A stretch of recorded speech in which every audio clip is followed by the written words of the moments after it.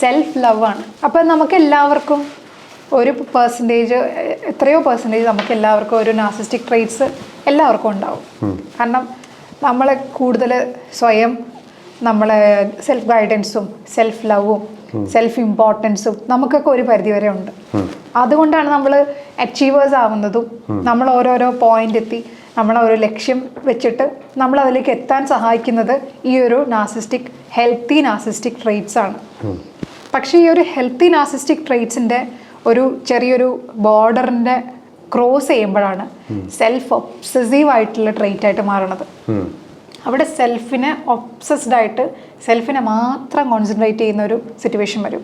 അതായത് എൻ്റെ ഹെൽത്ത്, എൻ്റെ ബ്യൂട്ടി, എൻ്റെ ലുക്സ്, എൻ്റെ സെൽഫ് ഇമ്പോർട്ടൻസ് ഒരു പരിധി കഴിഞ്ഞ് കൂടിപ്പോവും. അപ്പോൾ അവിടെ എന്താ സംഭവിക്കുന്നത് വെച്ച് കഴിഞ്ഞാൽ ഇപ്പുറത്തിരിക്കുന്ന ആളെ മൈൻഡ് ചെയ്യാത്ത സെൽഫ് ഇമ്പോർട്ടൻസ്